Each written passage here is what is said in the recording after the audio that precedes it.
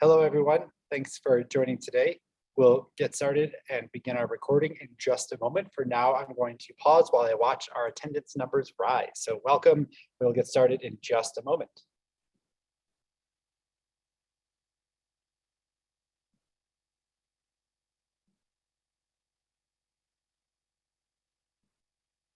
For now, you just get to check out my celebratory "Students Did a Great Job" jacket. The numbers are still rising, and this is not on a recording yet, so I can just ad lib. That's awesome. Hello, everyone, and thank you for joining the U.S. Department of Energy Solar District Cup Collegiate Design Competition's Class of 21 to 22 Project Pitch Championship. My name is Joe Simon, one of the competition organizers. Together, we are all very excited to have you join us today to vote for the 2022 Project Pitch Champion and to see some awesome presentations before you do. As many of you know, the Solar District Cup is a competition that challenges student teams to design and model solar plus storage systems for a campus or urban district. The program engages students from a variety of disciplines, including engineering, finance, urban planning, sustainability, and others. Together, they develop forward-thinking designs for one of the 3 campus or urban districts' distributed energy system use cases, a real-world use case that they have to think about. This takes creative thinking to reimagine how electric energy is generated, managed, and used effectively in these urban environments. In our 3rd year of this competition, we were pleased to see such great engagement from hundreds of students and faculty.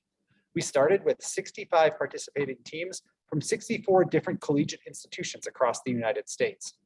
35 teams qualified as finalists, and 28 teams from 31 schools were evaluated by judges as the students presented their solar plus storage solutions yesterday.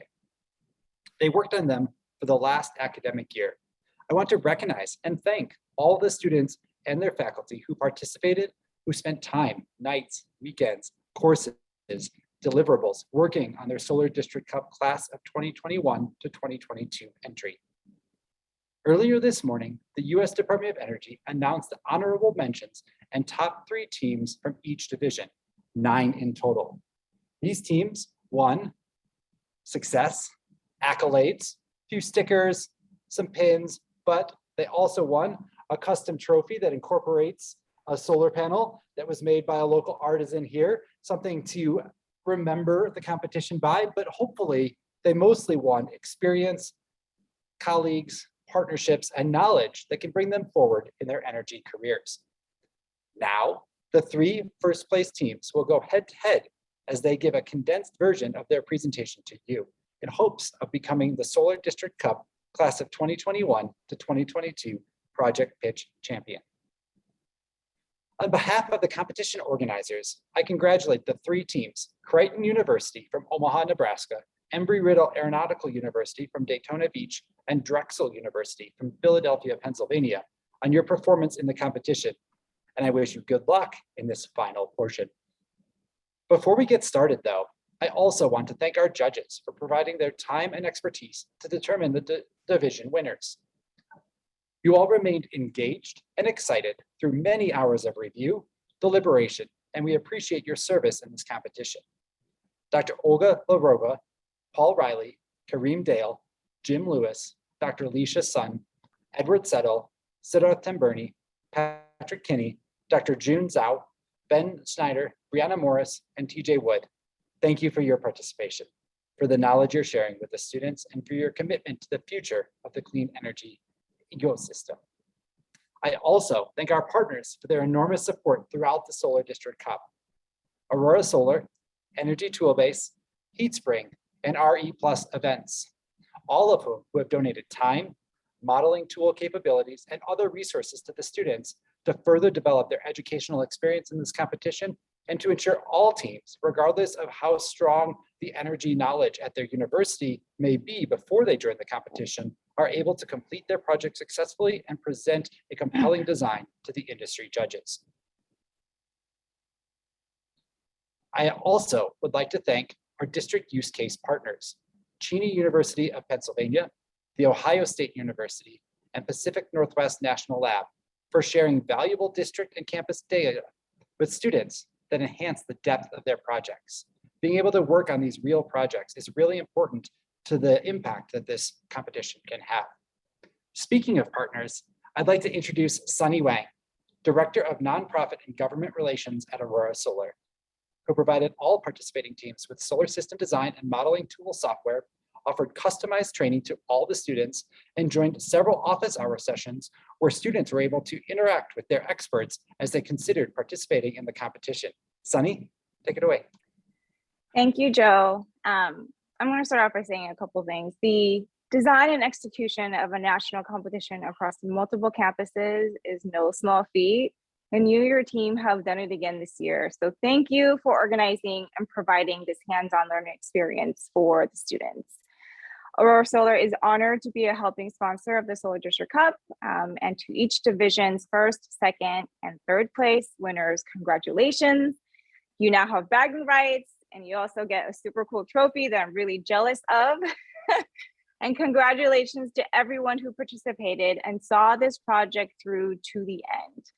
You gained a depth of knowledge that you couldn't have from reading a textbook, and you made connections with different industry professionals.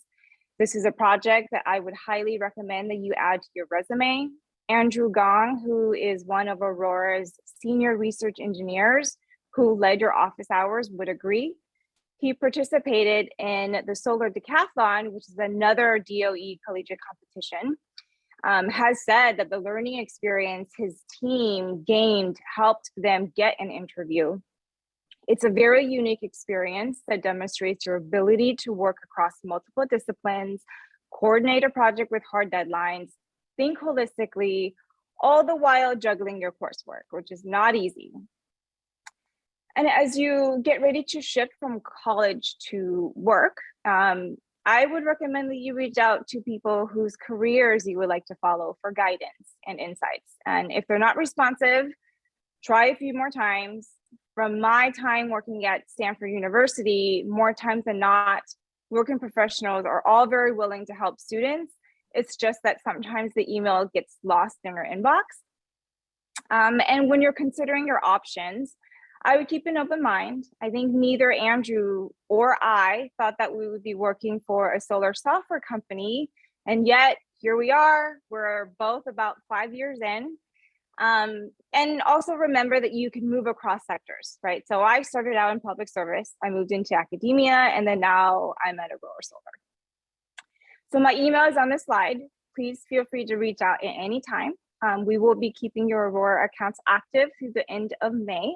And congratulations again to all of you. Good luck to the first place teams that are pitching today. Okay, Joe, I'm passing it back to you. Great. Thank you, Sunny, for Aurora Solar's continued partnership with the Solar District Cup. Next, I'd like to introduce Adam Gerza, Vice President of Business Development at Energy Toolbase, who provided participants with solar and battery financial modeling tool software, offered customized training, and joined office hour sessions throughout the competition. Adam, over to you.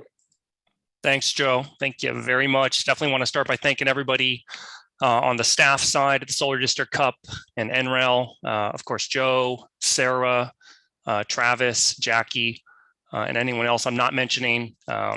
This was our first year, Energy Toolbase participating as a sponsor in this event. We hope to be back in future years. I think for me personally, it's just coolest to know that, you know, these teams and these individuals are touching our software. We've certainly had a lot of students over our 8-year history using our software, but nothing at this scale, and certainly never in an organized competition like this. And yeah, I wanted to echo what Sunny said. Really, congrats to the 3 finalists, and I'm going to be hanging on the line and watching you guys pitch. And yeah, I guess just the parting thought for me is I certainly hope a lot of you land in this industry. This energy transition needs an enormous amount of talent, and I'm optimistic that a lot of you will, in some form or fashion, work in this industry, whether it's in a development role where you're using software tools like ours. And just lastly, I don't have my email on the screen. It's very easy to remember. Adam, A-D-A-M, @energytoolbase.com. Would love to hear any feedback, good or bad, questions. If you want to hit me up asking about job opportunities, I'd be interested in that as well. So congrats to everybody that participated. Grateful to be a part of this year, and I will pass it back to you with that, Joe. Great. Thanks so much, Adam. And thanks to Energy Toolbase's support of the Solar District Cup this year. Before we invite the students to our virtual stage for their presentations, I'm also honored to share a pre-recorded message from Kelly Speaks Bachman, Principal Deputy Assistant Secretary for Energy Efficiency and Renewable Energy at the Department of Energy. Let's listen. Hello, Solar District Cup class of 21-22 competitors. I am so excited to talk to y'all today. I'm Kelly Speaks Bachman, and I lead the Office of Energy Efficiency and Renewable Energy here at DOE. In EERE, we have the most urgent mission that I can imagine to support the equitable transition to a 100% clean energy economy no later than 2050. Now, I know this is an ambitious goal, but I also know we can get there because of the kind of talent and the kind of innovation that we're going to see today in the presentations. The students in this competition aren't just studying energy. These are multidisciplinary teams that represent a diversity of fields involved in developing solar and storage systems, from engineering to finance to urban planning, the whole thing. Your work is part of the next great wave of innovation that's going to change the world. The acceleration of new clean energy technologies are going to build a more sustainable future for generations to come. And this competition represents just one way that DOE supports the development of an expanded clean energy workforce. Now, as President Biden says, his climate plan is a jobs plan. It's a national effort aimed at creating jobs for Americans to build and deliver an equitable clean energy future that's going to benefit all Americans. And as we prepare the clean energy workforce of the future, we need to be sure that we're employing a workforce that's diverse and inclusive, one that looks like America. And if we can harness all of the energy, all of the talents, and the unmatched innovative spirit of our students who will soon be part of that American workforce, I believe we can turn this threat of the climate emergency into an unprecedented opportunity. And so far, we've been just working on just that. In this competition, you've had to get creative and think outside the box to solve challenges that people in the field are already working on right now, and to reimagine how energy is generated, delivered, managed, and used in any given district. Now, last year's Solar Cup champion designed 4 PV systems for a university campus to balance energy independence, customer savings, and PV visibility, using their skills to directly benefit our people and our planet. And I just can't wait to see what's in this year's champion team and see what they have to provide for us. So congratulations in advance to everyone, and good luck in the Project Pitch Championship.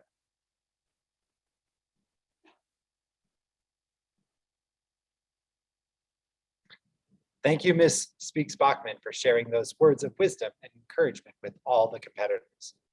All right, let's get our Project Pitch Championship team presentation started.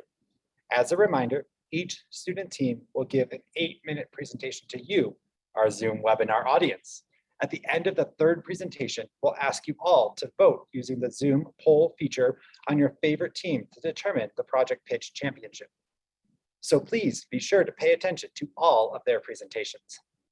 Our first presenting team is Creighton University. This team was chosen as the winner of the Cheney University of Pennsylvania Division for their excellent approach and explanation of key financial factors that were thoroughly evaluated and researched.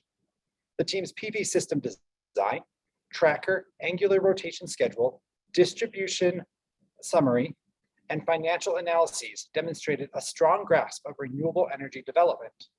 This proposal made a compelling case as to why their proposed solution was the best choice for this district. Now we'll see if they're able to get on screen, advance their slides. I'll go away, and we look forward to their 8-minute presentation. Over to you. Thank you, Joe. Awesome. Well, hello, everyone. We are Creighton University, and today we'll be presenting our unique proposal for Cheney University. We'll start by introducing our team. I am Max Marcus Prince, and I'm assuming the role of the project manager. Here with us today, we have Ashley Nelson, our financial analyst, Emma Goldsmith, our project developer and environmental analyst, and Alex Weber, our engineer and system designer. We'd also like to give a special thanks to Dr. Andrew Baruth as being our team advisor and our several industry advisors. So Cheney University has a clear vision, a new spark for innovation, but innovation is nothing new to Cheney. As the nation's first HBCU, this has been their hallmark for over 180 years. This particular use case was a difficult challenge. Low rates, low endowment, environmental and physical constraints presented us with limitations that made this use case invigorating. We realized taking a strategic approach that is sensitive to these challenges will advocate for a prudent yet exciting solution. In this proposal, we pursued a four-pronged approach to develop a reliable, renewable, and resilient solution for Cheney University. These are the use case's main issues, and our proposal is going to solve them. We identified 3 locations that met our environmental constraints, reach convenient interconnection spots, and accommodate for aesthetics and visibility on campus: the Science Center green space, the Duckery building, and the treatment plant green space. Reviewing the load data, you can see that the highest demand is during the late evening. So we will size the arrays to mitigate energy rates throughout the day. So look, we have identified 3 locations for solar development: the Science Center, the Duckery building, and the treatment plant. We also recognize the energy bill is low for Cheney University due to their unique relationship with Pennsylvania Energy Company. But we have financial strategies that make solar investment achievable for them. Shock payments from a loan to finance this are not an option, but we found a better solution. We have found a proposed PPA that works for both the investor and Cheney University. In addition, we account for campus demand fluctuation throughout the year. These are the challenges that we are going to solve, starting with strategic design via a tiered approach. As we assess the Duckery building rooftop for PV integration, a priority was to maximize offset of load consumption. We determined an elevation tilt angle of 10 degrees will maximize power density for the Duckery building rooftop while minimizing potential hazards from wind.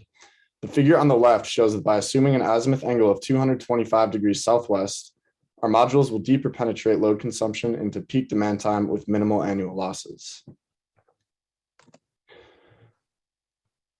We pursued single axis tracking arrays for 2 ground mount systems, the Science Center array and the treatment plant array. DC to AC ratios were optimized for the climate with minimal inverter clipping, allowing for greater generation during non-optimal weather days. The azimuthal orientation of our arrays was concluded by offsetting demand and complying with environmental considerations. We resolved a rotational tracker limit of 45 degrees will optimize our ground mount system for year-round generation. Our array's total aggregate production was designed to stay under Cheney's 1 megawatt AC daytime minimum load limit to avoid the net metering of exported generation. The interconnection of our arrays directly into nearby distribution nodes will allow for the aggregation of the energy produced to best offset total campus load. Utilizing Cheney's heat map, every system is well under the nearby distribution node hosting capacities, ensuring system compliance with distribution grid regulations. The Science Center array and Duckery building rooftop array make up our proposed Tier 1 system with the addition of the treatment plant array and battery storage in our Tier 2A and 2B systems. Great. Alex has found some great designs for us. However, we needed to think about how these systems are operating in accordance with campus demand. So the Tier 1 option is designed to best cut energy rate costs in the daytime. The Tier 2A option is designed for consistent, more resilient generation throughout the day. Both of these options will be combined with battery storage to form the Tier 2B option. The system costs are shown in the bottom right. When we incorporate a battery system, we optimize resilience and reliability. The battery system will be incorporated into the treatment plant array. Option Tier 2B has a considerable load reduction and mitigates demand in the late evening, about 66 kilowatts per day. So with this system, 8% of the entire campus load is mitigated throughout the year. Based on cost projections from an NREL report in 2018, we proposed the best financially feasible and climate-sensitive solution would be to pursue a battery system in the year 2030. Here are the raw numbers for cash flows for the proposed project. Tier 1 is highlighted in green, 2A in blue, and 2B is in the purple and orange. We have identified a good versus okay investment. Nearly every project here has a positive NPV and a competitive investment status. Cheney's customer savings in the PPA over the 25-year period are negative. However, despite the seemingly low values, in a minute, we will show you that this does not hinder Cheney University's room for endowment growth. A highlight for any RFP. In comparison to a cash purchase of these arrays, a PPA option provides greater long-term stability for Cheney's endowment. Our PPA price is 5.31 cents, which may seem low, but let's break it down to show how our price can still make the developer money with a reasonable WACC. We established a sensible, achievable strategy that will help guarantee a sustainable financial model for Cheney throughout this project. We determined that a 25-year PPA agreement with 5.31 cents per kilowatt hour energy charge is the best solution for Cheney to bring solar array to campus, a low but competitive PPA price. With the volatility of the energy market, this PPA will provide something incredible, a hedge on energy prices and 25-year budget security. We propose using a 50-50 debt to equity ratio. The weighted average cost of capital is a risk value and the value utilized for capital reinvestment. The assumptions we propose give us a WACC of 5.18%. Renewable energy credits are an imperative piece of our proposal. Selling RECs allows for a much faster positive cash flow growth. We recommend giving PECO priority bidding. This allows the local utility to increase their renewable energy portfolio. We recommended Tier 2B, where the rate of return is competitive with WACC, an excellent sign for the developer. We also propose the RFP include REC buybacks and the possibility of a partnership flip if a donor or capital campaign was to materialize. Our recommendation makes every single one of these things possible. Looking back at the customer savings values in our cash flow analysis, we show that the PPA options are a fantastic suit for Cheney University. Looking at the national average 8% annual university pre-pandemic endowment growth, Cheney University's endowment shows consistent growth under PPA agreements in comparison to cash purchases. This key point is highlighted in the requirements for our proposed PPAs. After all is said and done, our team put together this project with one goal in mind: sustainability. Cheney University will pioneer the evolution to a sustainable future. This project will make tremendous bounds towards an environmentally friendly world. Based on a discount rate agreed upon by almost 200 economists, this project will save the planet $2.3 million, the true value of carbon. So, in conclusion, low rates, low endowment, environmental and physical constraints presented us with limitations that made this use case challenging. That being said, we decided taking a strategic approach that is sensitive to these challenges will advocate for a prudent yet exciting solution. We propose that it is best for Cheney to go into a 25-year PPA agreement set at 5.31 cents per kilowatt hour with 2.5% escalation. In this time of Cheney's dedication to innovation, we are not promoting business as usual. Instead, we are proposing actionable change that is reliable, renewable, resilient. It is reliable. We knew we had to focus on getting competitive rate of return to attract the investor developer. We've shown several solutions where the modified internal rate of return exceeds the weighted average cost of capital. It is renewable. We've designed and optimized several PV systems that Cheney can pursue that will directly impact their climate action goals. It will mitigate $2.35 million in social cost of carbon. Finally, it is resilient. This proposal hedges against the future volatility of energy prices. We're presenting Cheney with a known, reliable energy cost for 25 years without detrimentally affecting its endowment. This is our vision for a new Cheney. Presentation today. I really appreciate what you had to share on your project. Next up is Embry-Riddle Aeronautical University. This team was identified as the winner of the Ohio State University Division for their display of advanced technical knowledge in solar installation, their robust analysis of the distribution system impact analysis, and the voltage implications. And they also presented their project proposal with a pop and pizzazz that appreciated and impressed the judges. Looks like I see some other people on video and a presentation up, so I'll turn it over to Embry-Riddle.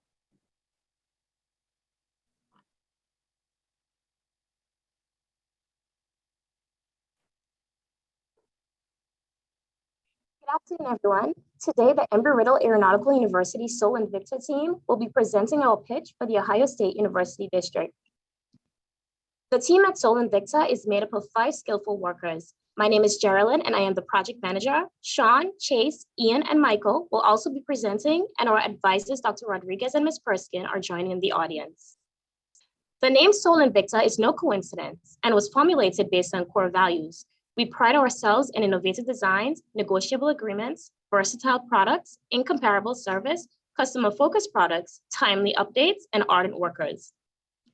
The Ohio State University is a 1,665 acres university in Columbus, Ohio, and is the largest in the state. If you take a look at the Global Horizontal Irradiance or GHI map, you can see that the Columbus, Ohio has a relatively low global horizontal irradiance of 3.94 kilowatt hours per meter squared per day, opposed to here in Daytona Beach, where it is 5.09 kilowatt hours per meter squared per day. GHI is a measure of how much energy from the sun we can use. The information, along with OSU sustainability goals, which is embodied by the Ohio State's President's climate leadership commitment, was implemented into our customer-focused design. Here we have an aerial view of the assigned medical campus, which is bounded by the red line. Our agrivoltaic design is located at the Waterman Agriculture and Natural Resources Laboratory Complex, also bounded by the red line. Before we could begin designing, the team was faced with significant amount of missing data for Harding Hospital and Davis Heart and Lung Research Institute. We brainstormed and decided to find correlations between known data of weeks of similar temperatures. The problem was then solved by using multiple linear regression, which produced unique equations and yielded approximations of missing data. I'll now pass it on to Chase with the equipment selection. Hi there. So SunPower's Maxion 3 solar panels were chosen along with the 10,000 volt amp SolarEdge smart inverter, the P485 optimizers, and the SolarEdge Energy Bank battery. These devices will not only maximize the efficiency of our proposed PV system, but it will also allow Ohio State University to monitor their PV panels, inverters, and batteries through a SolarEdge app on their phone. Additionally, a feature called WeatherGuard is included, which sends alerts if a large storm is detected by the National Weather Service and preemptively charges the batteries to full capacity in case there's an outage in the distribution grid. Now passing it off to Sean for the conceptual design. Thank you, Chase.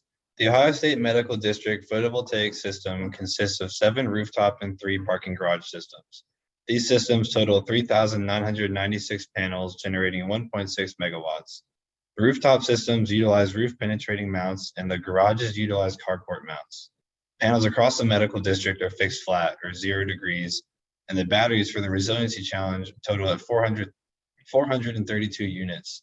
The average GHI value of the district is 1,340 kilowatt hours per meter squared per year. The agrivoltaic system consists of 2,120 panels generating 848 kilowatts of power. All panels in this system are fixed at 40 degrees, matching the location latitude to maximize generation from the sun. The ground-mounted system will be tall enough for the livestock to graze under and farm equipment to get by. Our team's system expected operation, using Harding Hospital as an example, will be focused on peak shaving. The building's load profile is large, so the solar panels and batteries will work together in the peak shaving strategy. The red line in this image above the gray load profile shows the resiliency challenge charge of the battery relative to its full capacity, showcasing its use in peak shaving. Back to you, Chase. Thank you, Sean. This heat map, which is provided by the Solar District Cup organizers, displays that the generated power of 1,400 kilovolt amps from our agrivoltaic system could potentially cause issues in the distribution grid. Since the proposed agrivoltaic system is only 848 kilovolt amps, this means that the grid should have no issues with the system when the system is interconnected. The main issue to consider is voltage drop due to the large distance between the agrivoltaic system and the interconnection point at Carmack Road. To prevent blackouts or potential voltage and frequency abnormalities in the grid from large circuit links, wire gauges were calculated to only allow a maximum of a 2% voltage drop for all PV systems in this proposal. If the proper wire gauges are implemented, there should be no negative impacts from the agrivoltaic system on the distribution grid.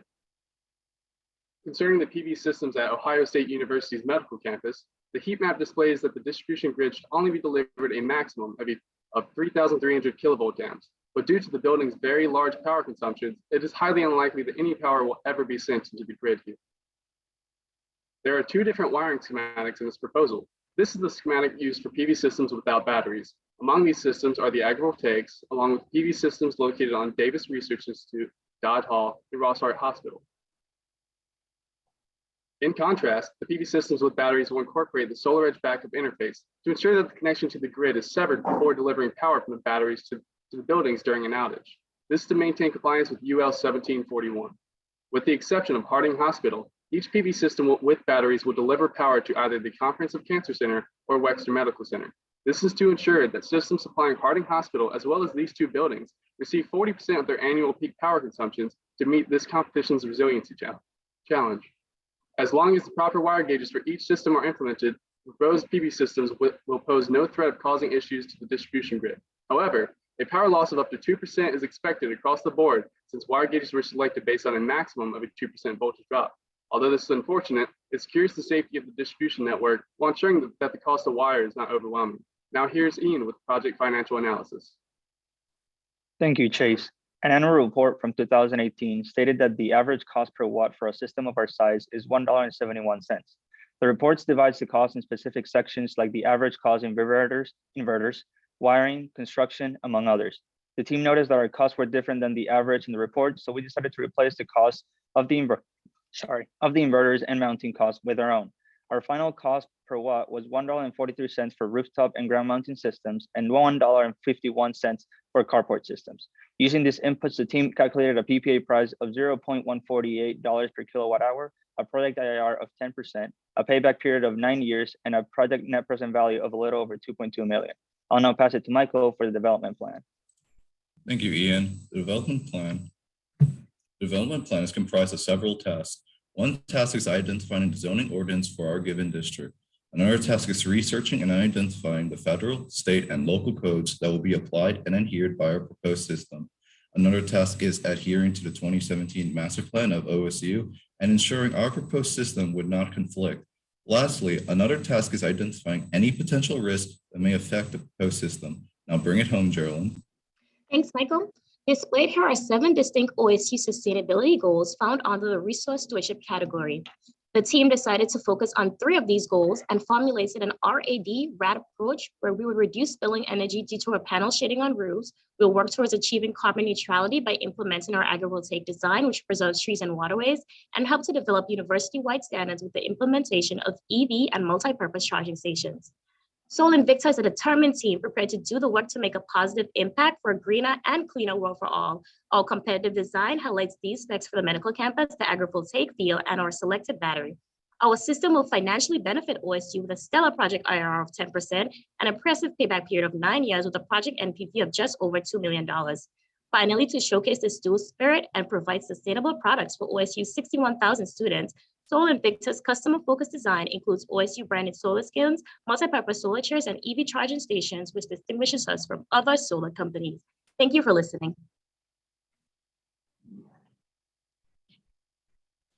Thank you so much. I believe I'll be coming back on screen now. We really appreciate that presentation.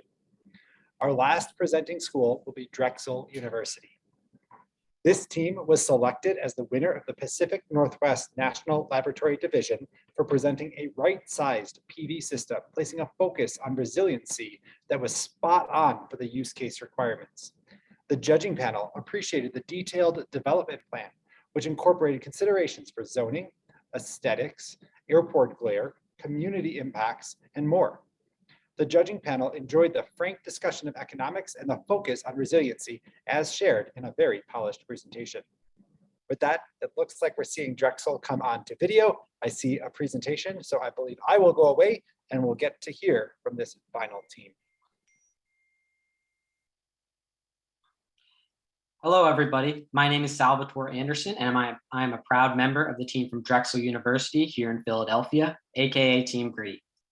Our project advisor is Professor Peter Clellens, and we have 4 engineering students working on this project. That includes myself. I'm in charge of financial analysis. August, who couldn't be here today, but is in charge of conceptual design. Cassie, who's in charge of the distribution impact. And finally, we have Kieran, who is heading the development plan. Just some background on Pacific Northwest National Laboratory, PNNL. It is a lab for the Department of Energy, and PNNL has about 350 acres of campus space. Their primary goal in designing a PV system is to create something that will offer them some sort of resilience against utility outages. On the right, you can see a table that shows the ride-through durations and peak loads that were requested by PNNL for both the South and the North. These were instrumental in designing our systems going forward.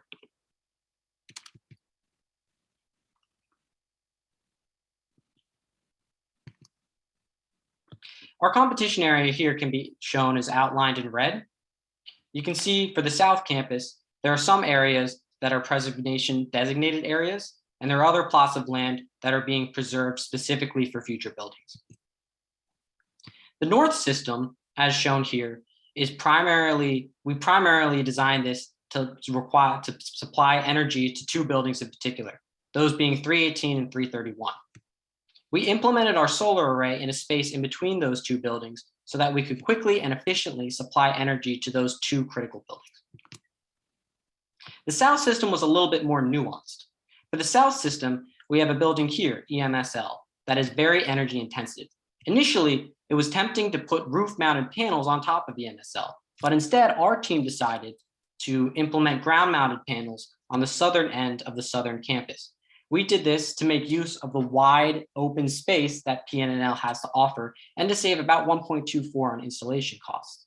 In addition, these panels, being located very close to the main roads of PNNL, will be a constant reminder of PNNL's goals to provide carbon neutrality.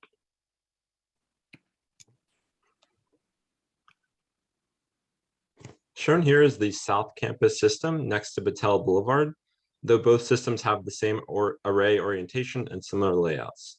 The major roads running past the arrays between the city and the campus showcase the project to the public. To maximize energy production, the mounts are tilted at 46 degrees and face due south. These two high panels, rows of arrays are spaced out at 120 feet so that there is minimal self-shading, resulting in near 100% solar access. Next slide. Aside from the great solar resource usage of our system, the equipment we utilize makes our proposal fit the needs of PNNL. With panels more than 18% efficient and at 41 cents per watt, our solar arrays are highly optimized. Connected to commercial DC optimizers and high power inverters, our system has minimal loss of power between the arrays and the batteries. Next slide.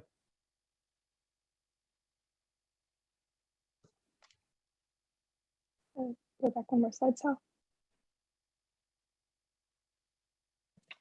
Okay, so when fully charged, the system will be utilized to offset the building's loads, saving PNNL money and relieving the grid of some of the demand. Providing backup power for the system was our primary focus. To summarize the resilience of the system, in months with high production, like throughout the summer, each system can be available within 1 day of full discharge.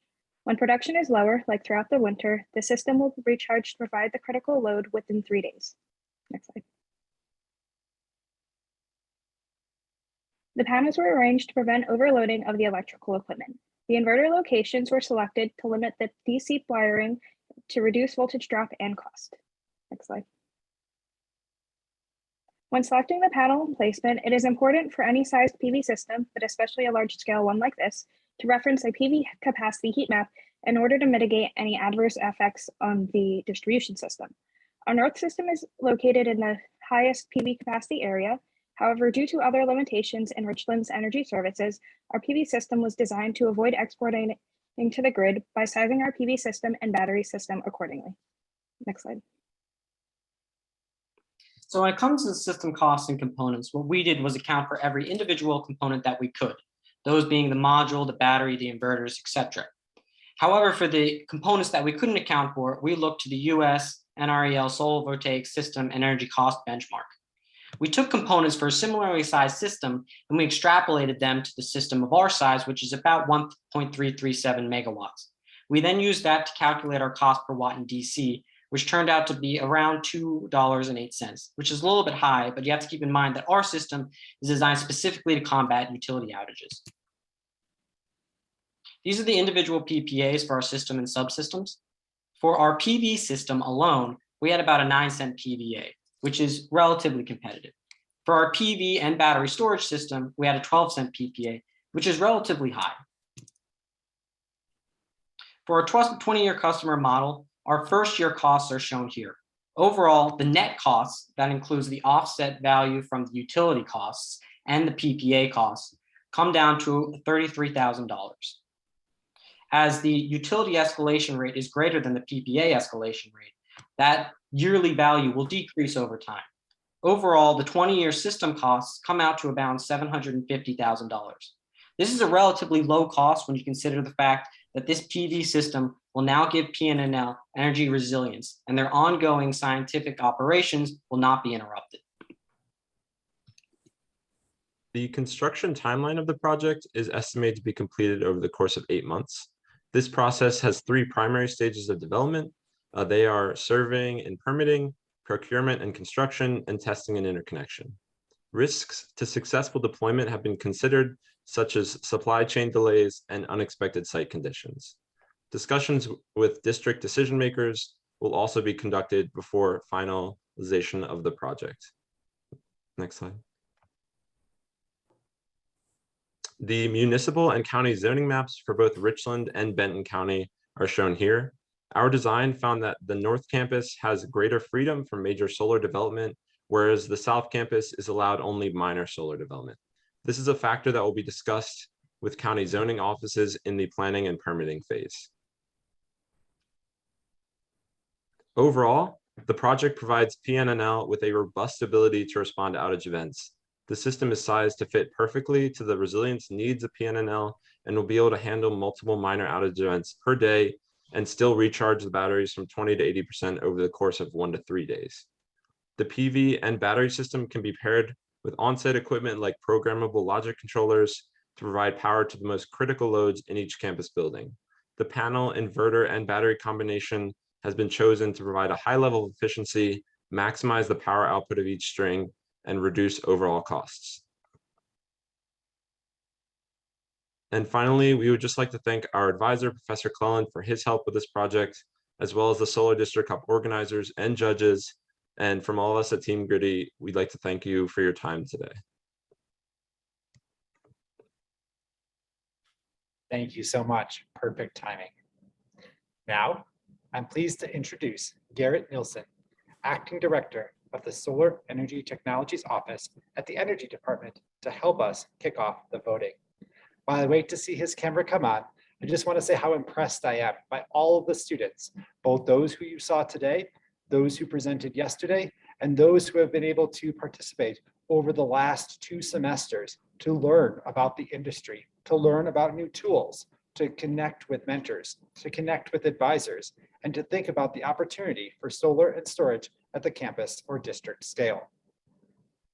I'm excited to work with the Department of Energy. I'm excited to be at the National Renewable Energy Lab and to be able to work with hundreds of students who are going to think creatively or think differently wherever they may go in their careers after participating in this competition, thinking about solar and storage at the campus scale. Looks like I do see Garrett, so I will go away and turn things over to Garrett Nilsson, the Acting Director of the Solar Energy Technologies Office for the Office of Energy Efficiency and Renewable Energy at the Department of Energy. Over to you, Garrett. Awesome. Thank you, Joe. And thank you to the whole NREL team for inviting me here today. And thank you to all the competitors and everybody who's put in so much time and effort to making this the competition and in the event that we get to see today. So it's my absolute pleasure to be here. And I must say the 3 presentations we just saw were all extremely compelling. And I can't wait to see which school becomes our project pitch champion. Right now, you should all see a poll pop up on your screen, prompting you to vote for your favorite school. Please keep in mind that you can vote only once. While we give everyone a few minutes to vote, I'd like to echo Ms. Speaks-Backman's message of congratulations earlier. Students, you all have demonstrated that you have a particularly bright, no pun intended, futures ahead of you in the solar space. Competitions like the Solar District Cup aren't easy, and you all were challenged to solve problems that our own industry members are actively working on.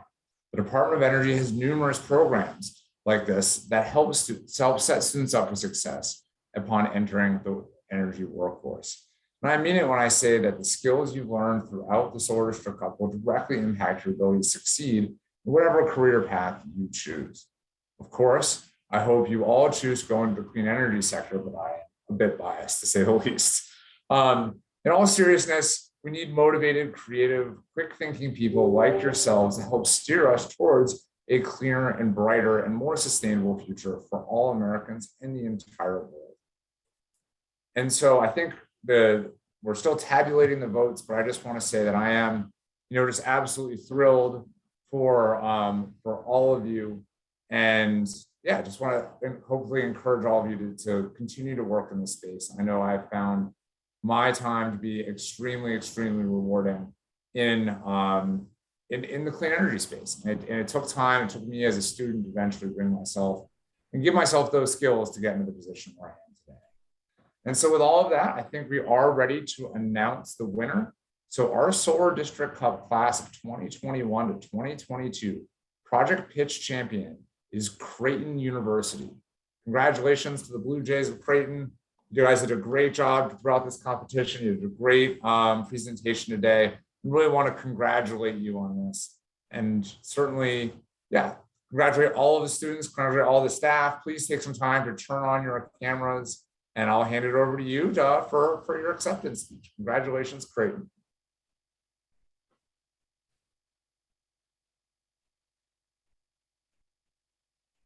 Hello, everyone. Thank you so much. Thank you so much to everyone here. I want to say thank you to my wonderful teammates, Emma, Alex, Nelly, for all of their help throughout this competition. I really could not have done it without them. And I really want to say thank you to our advisor, Dr. Andrew Baruth. He really guided us throughout this project. And oh my God, he was so inspiring, It's someone I really look up to.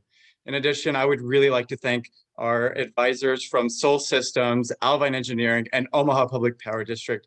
You guys have really helped us pave a pathway in defining our interests in solar development and pursuing this project. So thank you so much to everyone who helped. Thank you to all my peers. Thank you, thank you, thank you. This has been a wonderful experience. I really appreciate it. All right, that's great to hear. Just love the enthusiasm. Just so excited that you all were able to take this pitch competition host. Congratulations, Creighton University. I want to congratulate everyone that's participated in this competition and hope that you all don't see this as kind of the end of a competition, but you just see this as the first step in your clean tech careers as you move on to impact the market in front of you. So it's all very well deserved by Creighton, but I hope everyone has joined skills, and I know you've all joined skills that will take you into the next chapter of your clean energy. And so with that, I'd like to hand it back to Joe for closeout, and thank Joe and the NREL team for all the hard work to get this competition where it is today. So over to you, Joe. Once again, I just will echo what Garrett said and everyone else. We hope you enjoyed your participation. We hope you enjoyed these presentations. If you are hiring, look out for applications from the students that reference Solar District Cup on their resume. Students, we hope to see you at the Department of Energy, at NREL, in the industry. We maybe run into you at RE Plus events. Maybe we run into you using Aurora Solar. Congratulations to everyone for your participation, and we look forward to what you do in the future. Thanks, everyone. That concludes our event for today. Goodbye.